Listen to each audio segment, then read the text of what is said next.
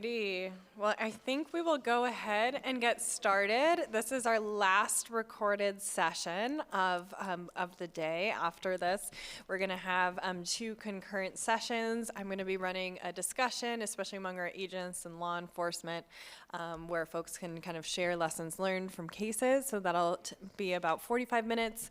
And then at the same time, there's going to be a hands-on equine session across the street in the building across. But right now, we're so excited to have Nick Fisher here. Nick Fisher is the section chief for the Pet Animal Care Facilities Act program at the Colorado Department of Agriculture. Nick has more than 30 years of experience in law enforcement and animal welfare. Prior to managing PACFA, Nick managed 2 animal shelters, served as a police officer, and served as the supervisor of a police department animal control and park enforcement unit for several years. So Nick is going to be talking about PACFA and coordinating with PACFA on investigations. And I will say we coordinate a lot between our 2 programs, and what everything Nick is doing is super exciting. So I'm always looking forward to hearing him talk. Thanks so much for being here today, Nick.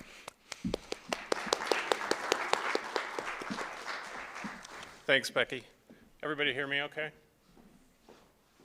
All right, so I should have put an "and" in here because it's the Colorado Pet Animal Care and Facilities Act. And we'll talk about why that's important in a few slides. So I always like to show these first 2 slides. And I know some of you have seen them before, but I think it's important for you guys to understand what PACFA does. So we are, like Billy was talking about this morning, we are a regulatory agency under the Colorado Department of Agriculture. So we don't work out of the Animal Health Division. We are actually out of the Inspection and Consumer Services Division. And so our division does a lot of things like weights and measures, feed and fertilizers. So actually dog food that's in the pet stores and stuff like that, they actually test that kind of stuff. So our division is basically centered around inspections and consumer protection. So what PACFA does is we license, regulate, and investigate pet animal facilities in Colorado. Per our statute and how we interact with you guys is we are a mandatory reporter of animal cruelty. So if we are out in one of our licensed facilities, or if we are investigating an unlicensed facility and we come across animal neglect or cruelty, guess who we are calling? You guys as BAP agents or law enforcement, or actually the BAP program. So I want to make sure you guys understand that.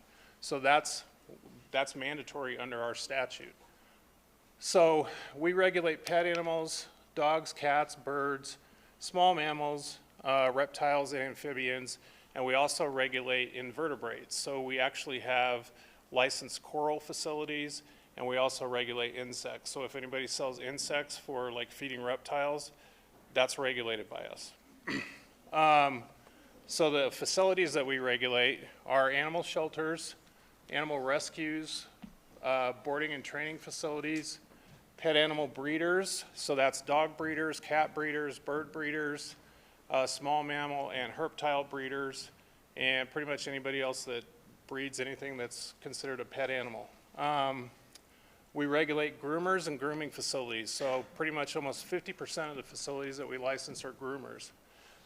Retail and wholesale dealerships, so these are your pet stores, like Pet City, PetSmart, Petco, anybody that sells animals to the public, we regulate. Wholesale people are like anybody that would sell animals to a pet store as a wholesaler. So if a dog breeder sells animals, sells their dogs to a pet store, they're a wholesaler and they have to have a wholesale license. Retail aquariums, so if you guys ever go to the garden centers and see the koi, we regulate those guys. If you go to a fish store, we regulate those guys too. Pet handlers. So a pet handler is somebody, like if you want to have your dog taken to the groomer, like you're working that day and you hire somebody to do like a concierge service and take your dog to the groomer, they have to have a license to transport that animal. The next one is pet transporters. So probably around, so I took the program over in 2015, and PACFA keeps stats on shelters and rescues. What we started seeing was this trend of animals starting to be imported into the state of Colorado. So Colorado's done a really, really good job of spay-neuter. And so what you started to see is this supply and demand thing where a lot of the shelters didn't have animals anymore, so they were starting to bring animals in from other states.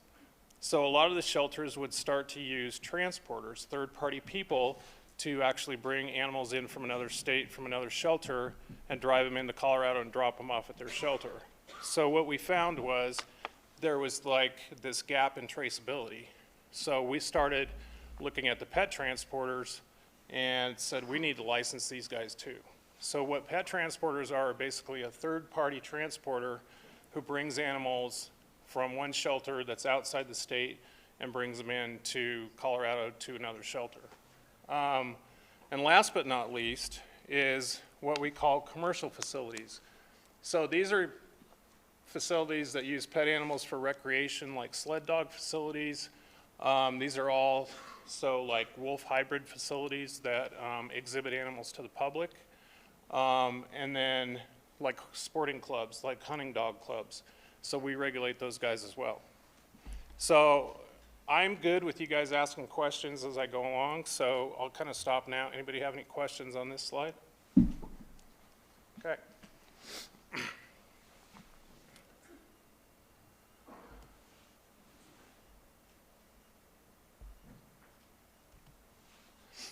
So the next one is what we don't regulate. So PACFA does not regulate and investigate livestock or wildlife. So under our statute, horses are considered livestock. So we do not regulate horses. We do not regulate cows, cattle, swine, sheep, or poultry. So this is ducks, chickens, anything that could be considered a livestock animal, we do not regulate. So exemptions to our statute include wildlife regulated by Colorado Parks and Wildlife. If it's unregulated, so I'll kind of go into that. So if it's regulated by Colorado Parks and Wildlife, then they handle it. If they unregulate an animal or they consider it not regulated, it can be sold in the pet trade. So you will see a lot of animals, I'm trying to think of an example. Wallabies, thank you. So wallabies are not regulated by Parks and Wildlife, but they can be sold as pets. A lot of like fish and things like that are also unregulated. Veterinary hospitals that do medical boarding. So if a veterinary hospital boards for the public and charges the public to board their animals, they have to have a PACFA license. If they just do it for medical boarding, so the animal's staying over there for critical care or whatever, they don't have to. So we also don't regulate AZA accredited zoos or aquariums or anything like that. So there's an important distinction here. So AZA accredited is like a really hard accreditation to get. So there's a lot of organizations that are AZA certified, but they're not accredited. So some of the wolf hybrid facilities will tell you, I have an AZA accreditation, or sorry, a certification. That doesn't mean they're AZA accredited. So they would fall under our regulatory authority. Petting zoos, we don't have very many of those. And most of the time they're livestock, so we really don't worry about them too much. Research facilities, and then wildlife sanctuaries. So there's two different kinds of wildlife sanctuaries. There's a commercial wildlife park, and then there's what's called a zoo permit.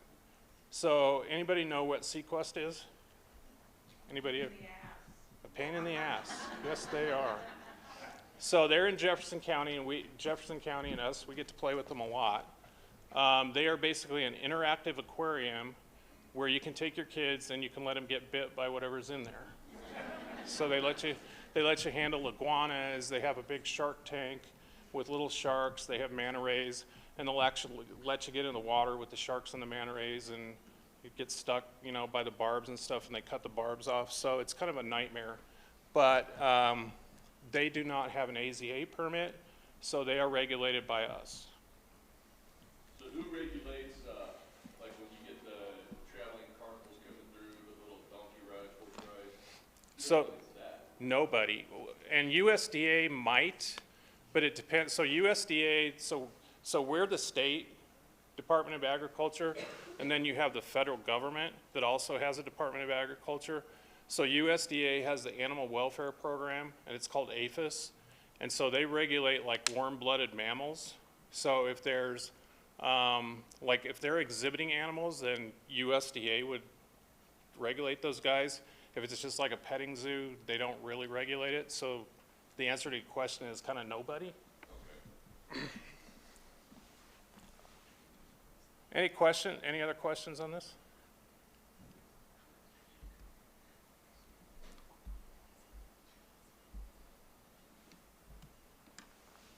Okay, so a little bit about us as a program.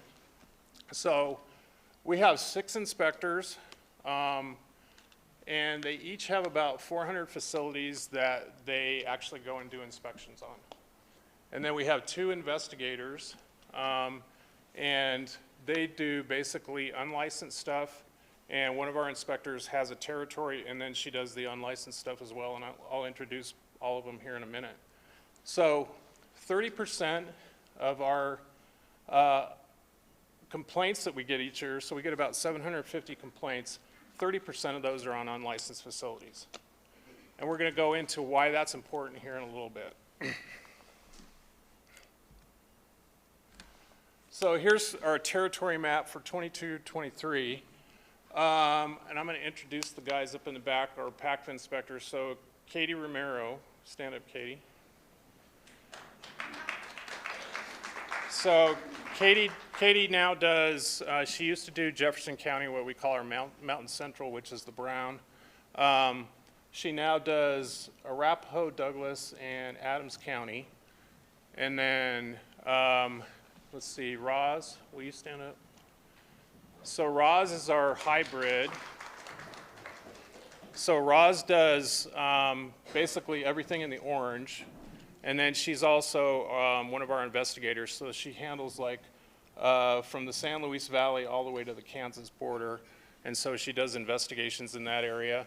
And then our other investigator has about 3/4 of the state.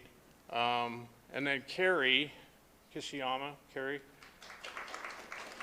So Carrie's our Western Slope inspector, and you can see she's got a ginormous territory, so she has lots of windshield time.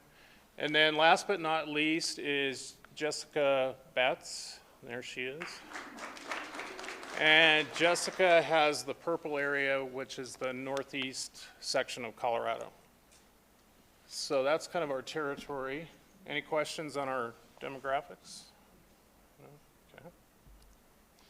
All right, so this is kind of a new slide I wanted to put in here. So Billy touched on this a little bit, but I want to do a deep dive on it so you guys understand what the difference is between what you guys do and what we do. So what we basically do is what's called administrative law. So anybody that gets a license or has a licensing program, so that's called administrative law. So we are subject to what is called the Administrative Procedure Act, which is Title 24 in the CRS. So I want you guys to think about at the federal government level, I was just talking about U.S. Department of Agriculture, they have an Administrative Procedure Act for the federal government. So any regulatory agency has to comply with the Administrative Procedure Act. So a lot of what we do is what we call administrative law. Billy called it civil law, compared to what you guys do, which is criminal law. So Administrative Procedure Act covers licensing and then also the Colorado Code of Regulations. So the statute is like a small article and it's got a lot of stuff in it.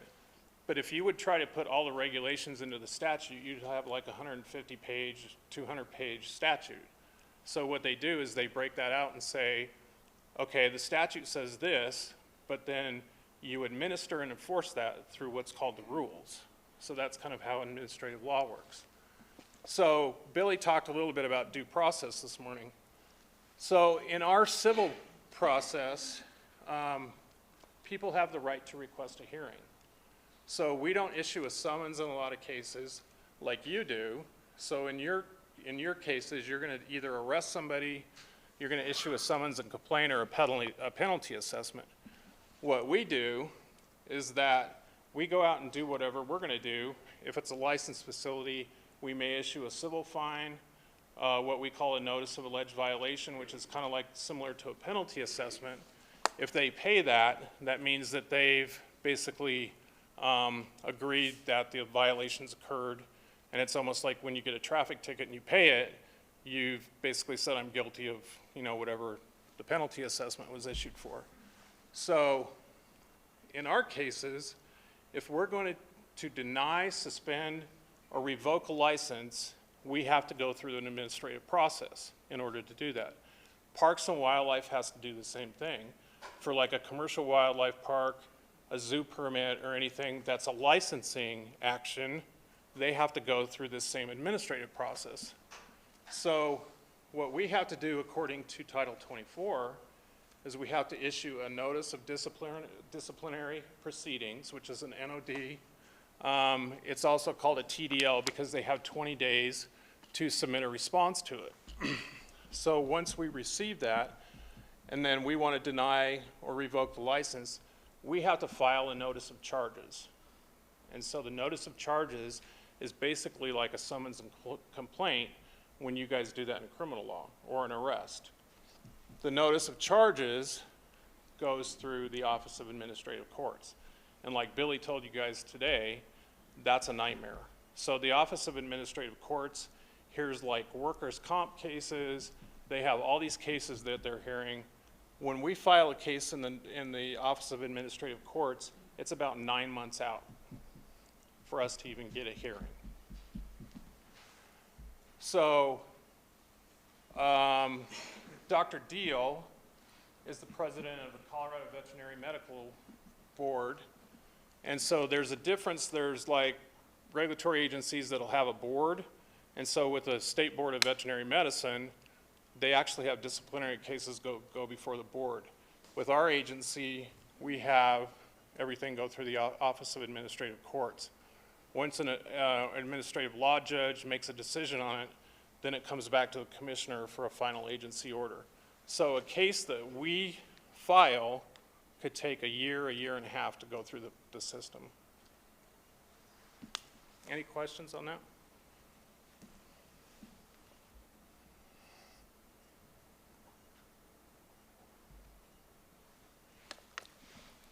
All right, the Colorado Code of Regulations for PACFA is 8 CCR 1202.15. And like Billy said this morning, CCR stands for Colorado Code of Regulations. So in PACFA, sections 1 through 8 are basically the administrative part. So it's the definitions of the rules, licensing fees, how you discipline somebody that has a license, inspections, things like that. 9 and 10 is disciplinary actions and inspections. 11 and 12 are physical facility requirements and enclosure standards. 13 and 14 are our cleaning and sanitation sections, and classification and separation. This is where some of the rules for doggy daycares are. 15 and 16 are veterinary care, disease control, isolation. 17 and 18, food and water. Special requirements. 19 is record keeping, and part 20 is transportation. So this is where an important distinction on this is that this only applies to a licensed facility. If somebody is unlicensed, the rules don't apply to them until they apply for a license. So why that's important is we can't do any civil fines or civil fining authority or enforce any of the rules and regulations until they actually apply for and have a license. Any questions on that? It's going to become important here in a couple minutes when I talk about unlicensed facilities. So any questions on rules and regulations? Okay, moving on. So then we get into the fun thing. In our rules, we have what are called pet animal thresholds. So anybody that is below the threshold is considered a hobby breeder. Whether it's dogs, cats, birds, small mammals, reptiles, they are considered a hobby breeder until they go over the threshold. So dogs, for breeders, anybody that produces 2 litters or transfers more than 24 puppies a year is considered a hobby breeder. Once they're over that, they have to have a license. So sheltering, part of this, is if they have more than 15 dogs in a central location, they are now creating a shelter. So there's an important distinction. So this has to be 15 dogs in a central location, okay? One of the things in our rule is dogs and cats are a combination. So they could have 13 dogs and 4 cats, and they would be in violation, okay? So they would need a license. So cats, more than 3 litters a year, 24 transfers per year, more than 15 in a central location. There is no threshold for rescue. So what we look at with animal rescues is if their intent is to do more than one animal, adopt more than one animal, they have to have a license with us. So rats, mice, and gerbils. More than 200 per year as a breeder, and 200 a year for shelter and rescue in a central location. So this is keep, house, or shelter, and that's the way the rule reads. So why is this important for you guys to know the thresholds? What? Hoarding situation, exactly. So we want you guys to call us. If you guys run across something where you go out on a call and you go to a house and you got 12 dogs and 6 cats in the house, they need a PACFA license. So we're going to talk about how we can work together to actually like enforce this in a couple of minutes. But this is real important that we kind of go over the thresholds and you guys understand what the thresholds are. How many of you guys run across like bird breeders, reptile breeders? Not too many. So a lot of times you may get somebody that's a bird collector, right? So they have to have a PACFA license if they have more than 30 birds, shelter and rescue 30 birds, and the 30 birds have to be in a location. So you're gonna run across a lot of people that, you know, may be rescuing birds and they have more than 30, so they have to have a license with us.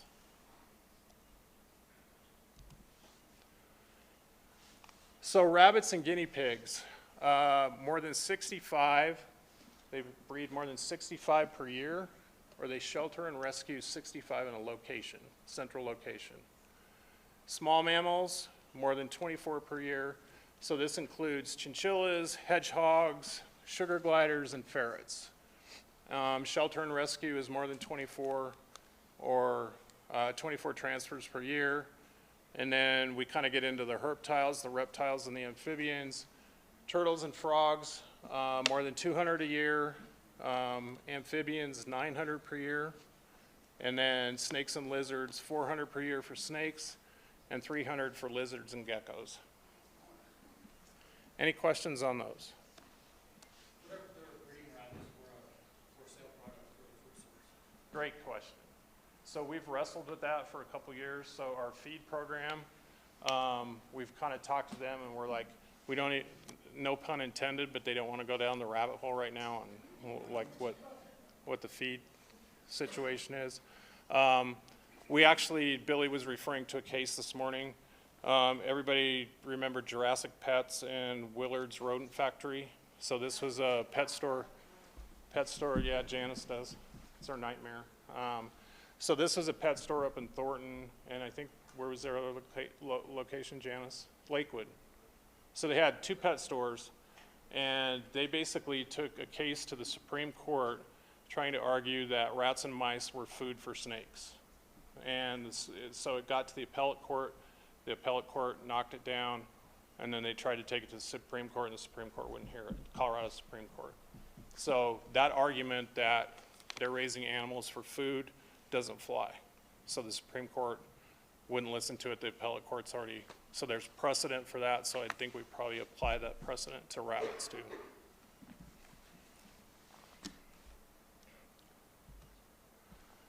All right, so here's kind of how we process our enforcement process. So we're going to do 2 tracks here. So the first one is what we can do with a licensed facility. So under our rules, facilities get 20 days to comply if we've issued a violation. So there's kind of some caveats to that. So if it's something that's like a direct violation, and a direct violation is something that affects animal health, safety, and welfare, we may tell them that they have to correct that immediately. So an example of that is one of our inspectors walks into a doggy daycare, and our rule is that you have to have one supervisor for 15 dogs. So they walk into this facility, and there's one supervisor supervising 40 dogs. So they will tell the facility owner, you get 2 people in that yard now. And they will write in the inspection report, that needs to be corrected immediately. So they may give them a warning the first time, so 2 weeks later they get a complaint from a customer, and they're like, yeah, there's a bunch of dogs in this yard and there's only one person in it. The inspector walks in and they see the same situation. They're getting a NOAV, which is a notice of alleged violation, which is a civil penalty so we can fine up to $1,000. So the inspector might write them $500 the first time. And so that violation gets corrected now. So we're not giving them 20 days, we're telling them it's gotta be done now. So those are safety violations. Minor violations, like indirect violations, could be for record keeping, something that's extremely minor. Those are indirect violations. So in order to deny or revoke a license, in our rule, somebody has to fail 3 inspections in a year's time. It's not a calendar year, so they could do it in May and fail 3 inspections until the next May, and then we could theoretically revoke their license. So any questions on that track? Okay. So unlicensed facilities, and this is where you guys come in. So on an unlicensed facility, say you guys call us and you go, hey, I'm dealing with this animal collector and they got 25 cats in the house and 15 dogs. Violation of PACFA, right? So they have to have a license. So we go out and we work with you, and if there's a complaint of animal neglect, you guys are gonna investigate that part. All we can do is deal with the amount of animals. So we're gonna go in and go, yep, 22 cats, 15 dogs or whatever, they're in violation, we're gonna issue a cease and desist order. The cool thing about cease and desist orders, and Billy kind of touched on a little bit, but he didn't go into a lot of detail, is a CDO follows somebody anywhere in the state that they go. So if they're in Jefferson County today, and they move to Park County in a week, that CDO follows them. So if they think, okay, I got out of Jefferson County because Jefferson County was harassing me, I'm gonna move to Park County. As soon as Park County finds out what they're doing, we come in and we go, we've already issued you a cease and desist order, and now we're gonna start an elevated process or an escalated process. So PACFA has a small criminal penalty provision, so we can basically write summons and complaints. We're considered peace officers in order to enforce PACFA. So we can issue criminal penalties for operating without a license, advertising without a license, failing to comply with a cease and desist order, if somebody falsifies a certificate of veterinary inspection or impersonates a CDA employee, we can issue a summons and complaint for that. So those are class 2 misdemeanors, and they can be fined $1,000 and 12 months in jail. So let's say somebody fails to comply with the cease and desist order. So like Billy was talking about this morning, so the process would be that we would go to the district court and then we would issue a temporary restraining order to restrain them from continuing to operate a pet animal facility without a license. So that then turns into a permanent injunction. You guys would be surprised, we've had several cases where people are just like, screw you. You know, I'm not gonna comply with the CDO. What ends up happening is we get a permanent injunction. If they violate the permanent injunction, they are then in contempt of court. So the case Billy was talking about this morning was, again, Jurassic Pets, where they took this through this whole process. They'd been issued a cease and desist order. Their facilities had been shut down, and we ended up getting contempt of court. And there's two different kinds of contempt of court, criminal and civil. So criminal, they can be sent to jail. Civil are like remediated penalties, so they pay fines and things like that. Any questions on our process?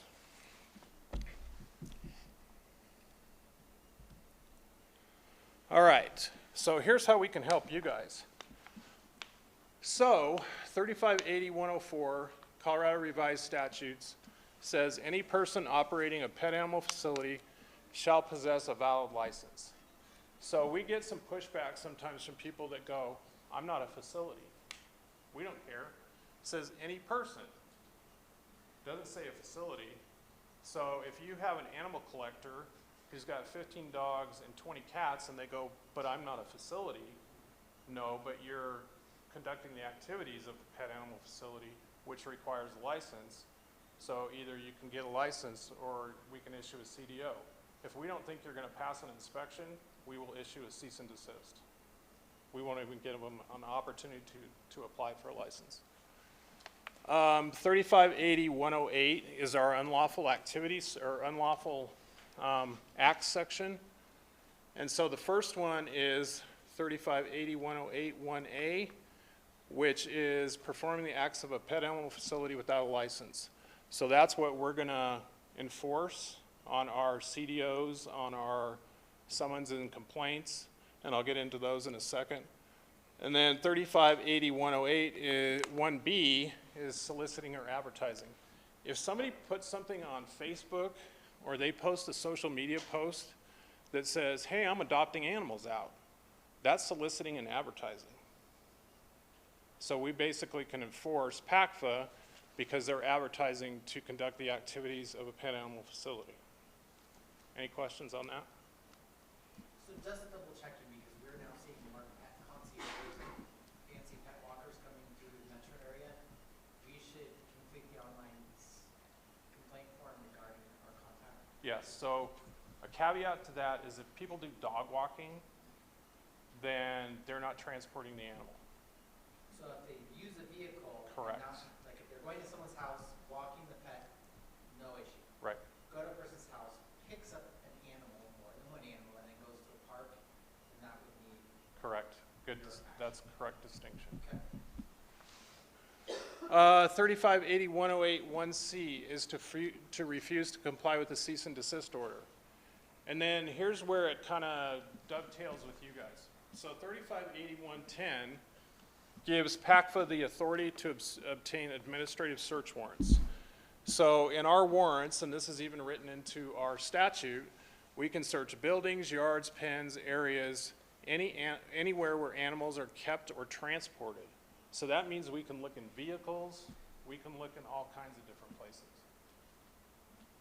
So the last one is we can search, seize, and make copies of records. We had, I'm going to talk about a case here at the end, but we actually had U.S. Fish and Wildlife ask us to go into a facility that was licensed with us in order to look at their import records. Because I don't know why the federal government agencies are like, we can't ever go into these places. We don't have authority. And we're like, what are you talking about? And we're like, we can go in and ask them to look at their records. So we did. Any questions on this?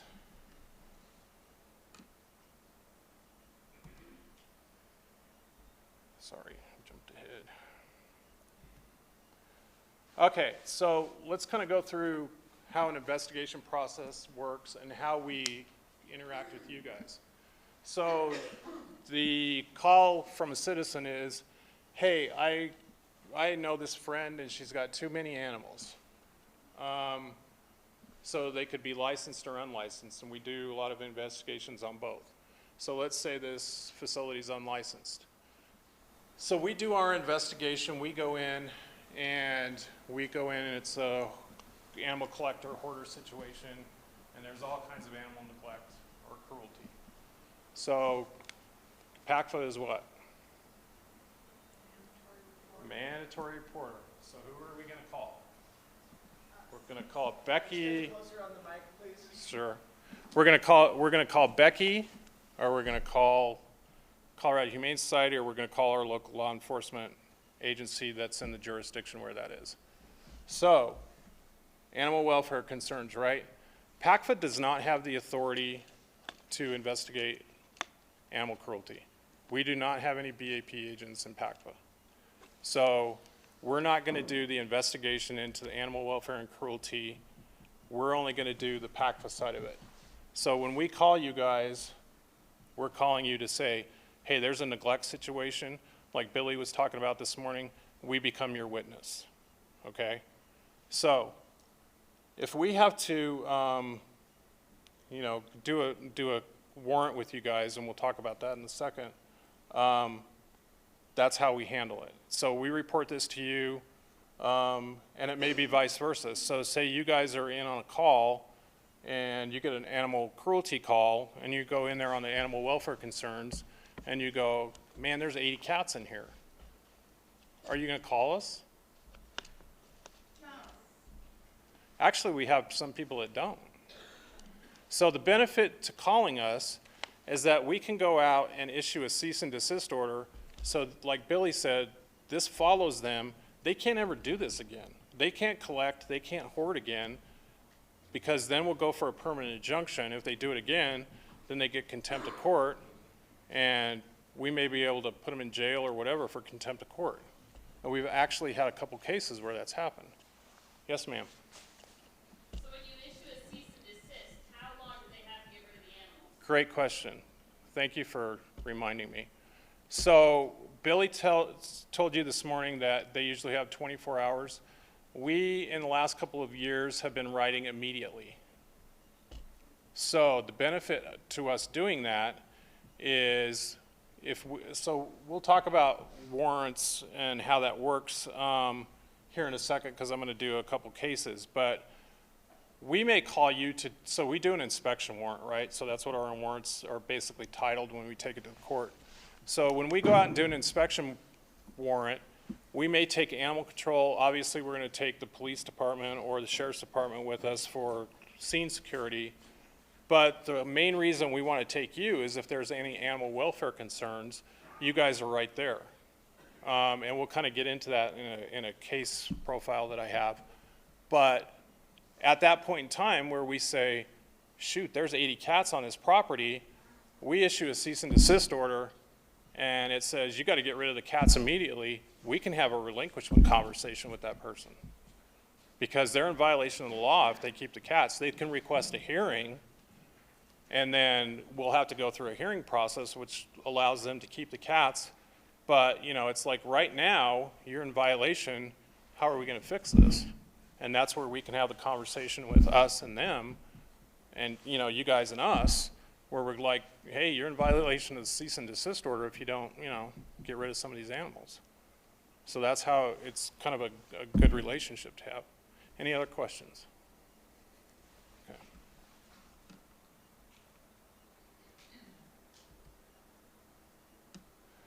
All right, so the first case I'm going to talk about kind of is a really good example of how this works. So this was a 2016 case that we did with Lincoln County Sheriff's Department. So this was in conjunction with the Colorado Humane Society. And these two people actually lived in this really tiny house, and then they had kind of like a RV trailer. They had been advertising on social media that they were a rescue group or a sanctuary for animals. So they had horses, they had Great Danes, they had all kinds of dogs on this property. So basically what we did, since they were advertising, is we went and got an inspection warrant. So first we tried to get on the property with Colorado Humane Society. They denied entry. So we went and got our search warrant, came back. So we get on the property, and the house is a hoarder house. There's like 25 cats in the house. There's 5 horses on the property, and there's 44 Great Danes. So there's Great Dane puppies in the RV. There's Great Dane puppies running all around the property. So we go through the buildings and we start to search, and we get in this one outbuilding, and it's covered in feces on the floor. So we're walking through feces. You know how fun that is. All of a sudden, out of the shadows, this dog comes shooting out, all covered with feces, everything else. So at that point in time, everybody looks at each other and we're like, I think we're just at Title 18 right now. So, because we're on the PACFA warrant, what Colorado Humane Society and the Lincoln County Sheriff's Department did is they withdrew and they went and got a warrant to seize all the animals. Because we're not going to be able to seize the animals on the PACFA warrant, so they went out and got an animal cruelty warrant signed by the county judge in Lincoln County. So they come back, they seize 60 animals. These people were previous offenders, both of them. So it had been a dumb friends league case where they got cited for cruelty to a couple horses, so they already had a conviction. So they were charged by the Lincoln County DA with 43 felony counts, both of them were. So Connie, the wife, was the first one to go to trial. She went to jury trial. She got convicted of all 43 counts, 43 felony counts. So her husband, David, like right away, pled to one. So they had to pay $8,500 in restitution to the Colorado Humane Society despite the cost of care, right? So a lot of these people are not going to pay the cost of care, but you guys still have expenses associated with this. So you can actually go to court, like Tara was saying yesterday, in order to get restitution for whatever costs you incurred in impounding the animals. So that's like a really successful case. How PACFA kind of starts the thing out, and then you guys finish it. So we obviously can run a couple things concurrently. So we're going to issue a cease and desist order, which we did to these guys, and that was our part in this. So the cease and desist part of this, and then you guys did the criminal part, so these two cases can run concurrently. If they re-offend and get more animals, then our part of this kicks in, and we can go for a permanent injunction, contempt of court, or whatever, and then the criminal case and the civil case run side by side. Does that make sense? Okay. So the next one is the one that we did recently, and we talked about this at the Colorado Animal Welfare Conference a little bit, but I wanted to go over it again. So this is a licensed cat shelter, and this is down in El Paso County. These guys had the capacity to hold 29 cats. So we started doing inspections on them, and I think they were bringing in cats from other states, but they had over 120 cats in this facility for a facility that could house 29. So cats piled on top of each other in crates, all kinds of nasty URI stuff going on. And obviously they failed multiple inspections. So we worked with El Paso County, we worked with HSPPR. We did an inspection warrant, HSPPR did a cruelty warrant, seized over 100 cats. The cost of care was $46,000.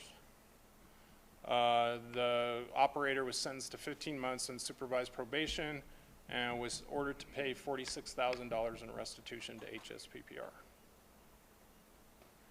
So we didn't have to do anything with the license on that part. She never reapplied. But part of the court order is that we get to go back and do inspections like every month of her facility to make sure she's complying. Any questions on that case? Okay. So the next two I have, this is one we just did recently that was Katie's case. So she worked with Arapahoe County on this. And anybody from Arapahoe County here that did that? Awesome, okay. So Arapahoe County gets a call from a veterinarian because this dog breeder who's licensed, and he's been kind of sketchy for a few years. He's an older guy. We think he probably is like borderline dementia. Takes a dog to the vet and it's in really bad shape. So the vet reports to you guys, right? So the vet reports to Arapahoe County, and then Arapahoe County contacts us because he's a licensed facility. So it begins where Katie goes out because he's licensed, she gets to do an inspection, right? So they're subject to inspection because they have a license. So they go out, the facility's pretty bad, and Arapahoe County executes a cruelty warrant and seizes 59 dogs. So when he goes to cost of care, he relinquishes all the animals. He ends up pleading guilty to 1 count of animal cruelty. Under PACFA, if somebody gets convicted of animal cruelty, they can't have a license. Their license is revoked. So, and it's like not a 2-year deal, it's a whatever, like we evaluate if they ever reapply, we go, yeah, probably not. So the cool thing is, a couple years ago in our sunset review, we actually enhanced that. If somebody pleads to a deferred sentence, that's a conviction for our purposes. So just make sure when you guys are talking to your DAs on the criminal case, if you can get them to plead to 1, they can't have a PACFA license. So they can get it out, we can get them out of your hair. Yes, ma'am? Is that cruelty and or neglect? Yes. So thank you for reminding me. So that's either at the county level, the local level, and one of the things we were talking about yesterday, if you guys have a cruelty conviction on a PACFA licensed facility at a local level, please send us the information because we don't have access to your local records. So we're going to need that information in order to move forward on a revocation. So any questions on that? Okay. And then last but not least, as one of our favorites, this was Katie's too.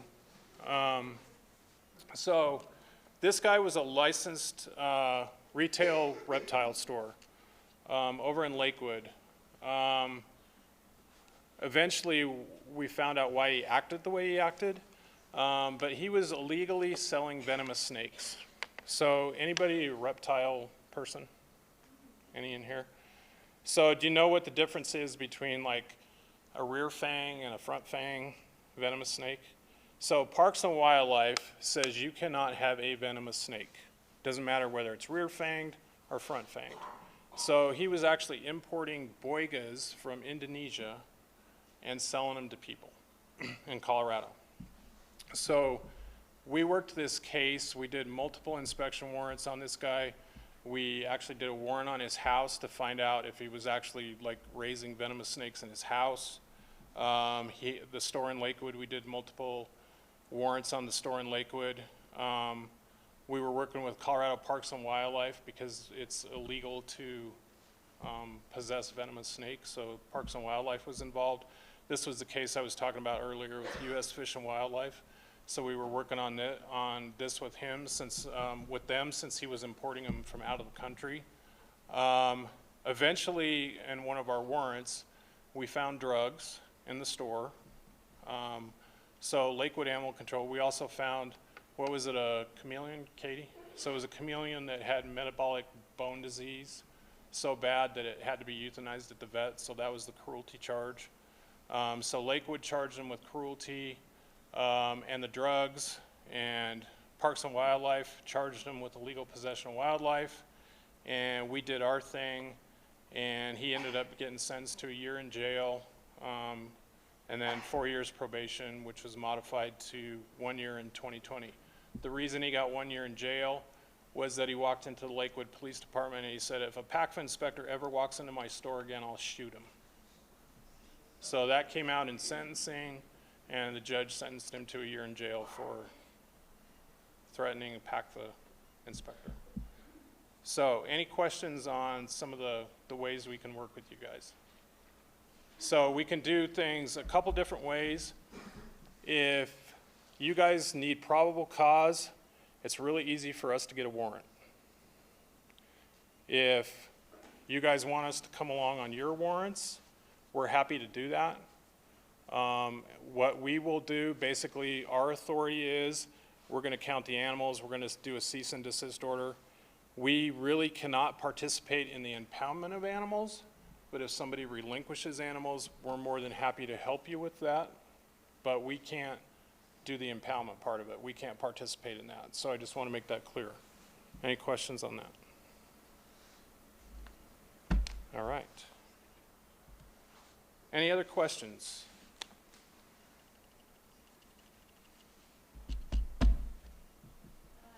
Yeah, just, can you hop back to the slides showing how many, are permitted considering species?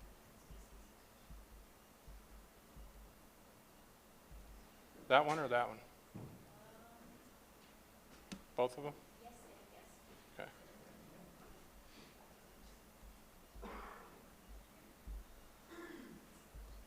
Sorry.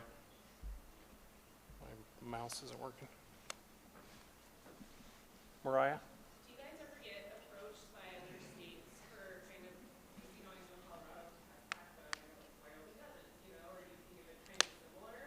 So I know that's a hard thing in the animal welfare industry for other states that don't have this type of, oversight. Do you guys have conversations outside of Colorado to help other states introduce this? Is it similar?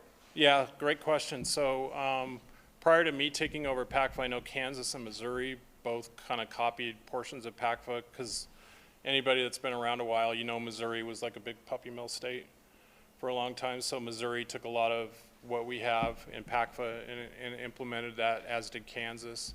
There's only about 11 states that kind of do anything that we do, like we do. New Jersey has reached out to us to do the grooming part of it, so they actually regulate groomers in New Jersey based on a lot of the PACFA regulations. So yeah. Anybody else? Respect rescue groups who operate out of their home, but they say that all the animals are out. Do you have the ability to inspect their whole home to see if they are hoarding animals in their home? Yeah. So if you guys suspect that they're actually, so let me give a couple caveats to that. So a rescue can actually operate as a foster home. They just have to have like a signed foster agreement for themselves. So we allow a foster home to have 8 animals, and that includes personal animals. So if they have 3 of their own dogs and 2 of their own cats, they would only be allowed to have 3 foster animals in that house. So anything over 8 would kind of put them in shelter territory. And so, yeah, they can have 8. If we suspect something's going on in another foster home, we can inspect the foster home. So as long as they're licensed, they're subject to inspection.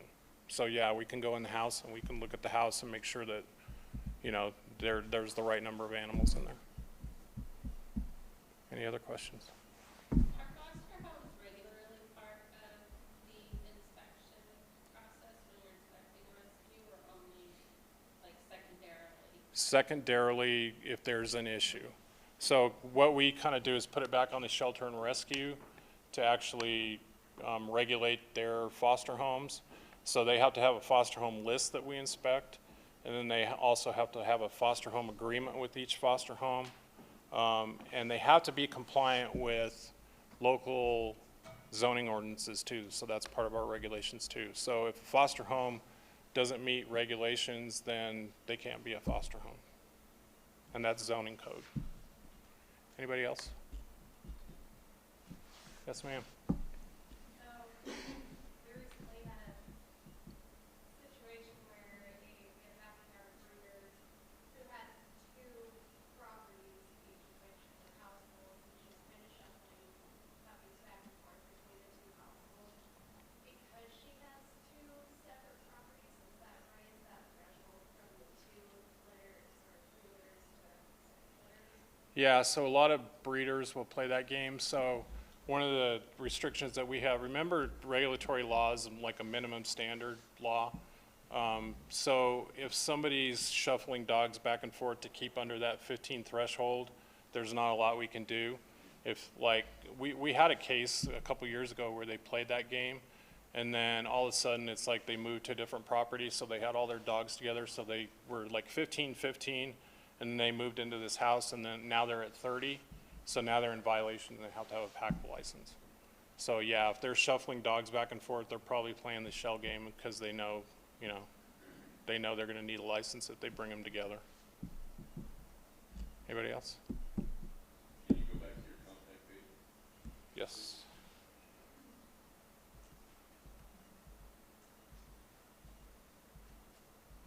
And how do you find out if somebody's licensed? So we have an active list on our website, and we have a web page, and so it's actually a big blue box that says active facilities. Just click on that, and you'll see everybody who's licensed.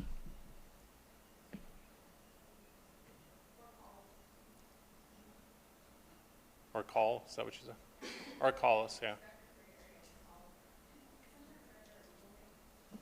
All right, thank you, guys.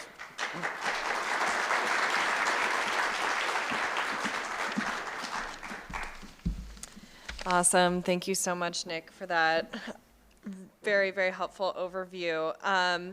So what we're going to be doing now is we're going to be transitioning into 2 concurrent sessions to finish off our conference, which is so exciting. Let's see, where are we at? I've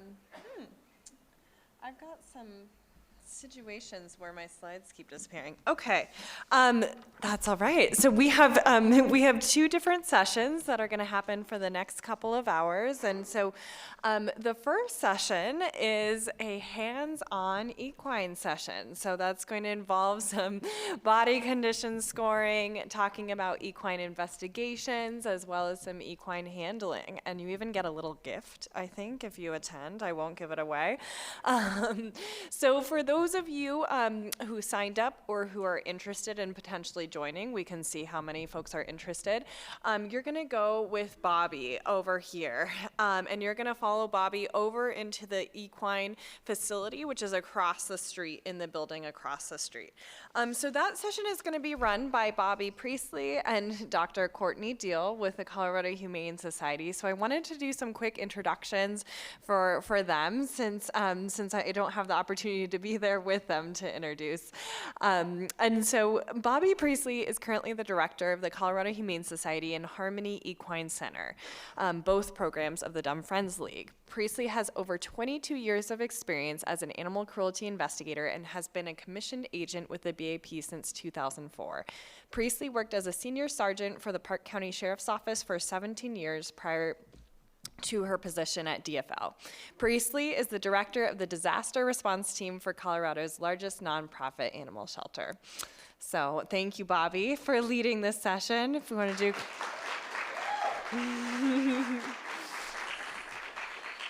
And the other person leading the session, who I don't think is here right now, she's over with the horses, right? Okay, is Dr. Courtney Deal. And so Dr. Courtney Deal has been an equine veterinarian for 21 years. After graduating from vet school, Dr. Deal completed an equine surgery and field medicine internship in Saratoga Springs, New York. She has a background in small animal medicine and worked for a shelter in New York during her internship and part-time at the Colorado Animal Rescue Center in Glenwood Springs. Dr. Deal owned and operated 2 mobile equine practices in the Rocky Mountains and has also treated llamas, alpacas, sheep, goats, pigs, and even a camel. Dr. Deal is currently the president of the Colorado State Veterinary Board. She also authors a column for Horse Illustrated magazine and has published 2 books. She left private practice in August 2021 to join DFL as a field services veterinarian and is interested in developing new skills in forensics and partnering with law enforcement on cruelty investigations. So she's not here yet, but we can give her a round of applause. Not here right now. Okay, so the 2 of them are going to be leading that session, and that'll go on for a couple hours, do you think? Okay, fabulous. So we're going to have folks who are interested in that follow Bobby in just a second. The other session that we're going to have, for those of you who are not equine endorsed, is a hands-on discussion that's going to take place in this room.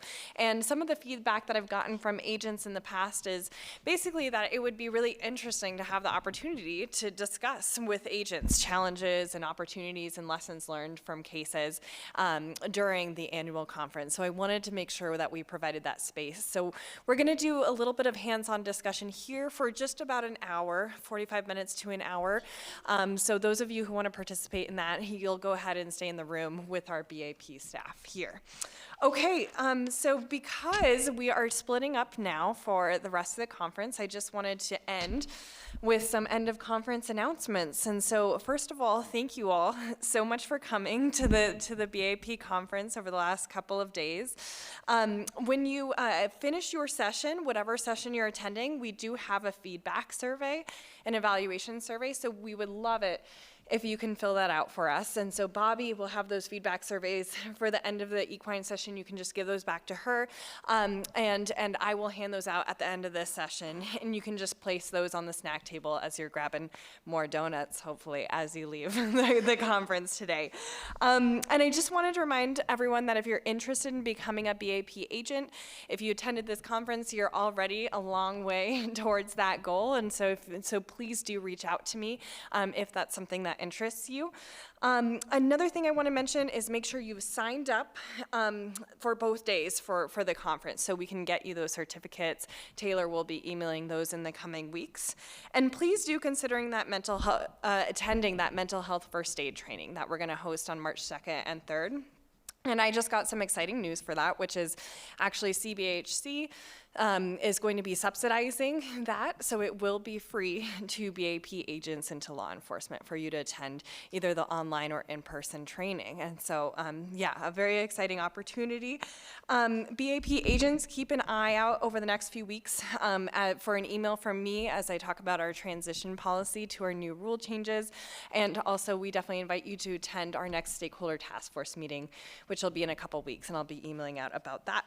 So I think those are all my announcements for today. I wanted to thank everyone again for attending this conference. I know that you are incredibly busy. You have so many cases that you are managing, and so taking 2 days out of your busy schedule is often very challenging. And so I really, really appreciate your time, and we just want to thank you for all the hard work that you do out in the field. And just know that we, our BAP staff here, are here to support you. And so if you ever have other ideas for how we can best support you, whether that's, providing more trainings like this on specific topics, or, coordinating among different agencies, or facilitating collaborations on any of the topics that we discussed over the past 2 days, or just helping you out with a particular case, please do not hesitate to reach out to us. So thank you again, and let's go ahead and split up into our groups.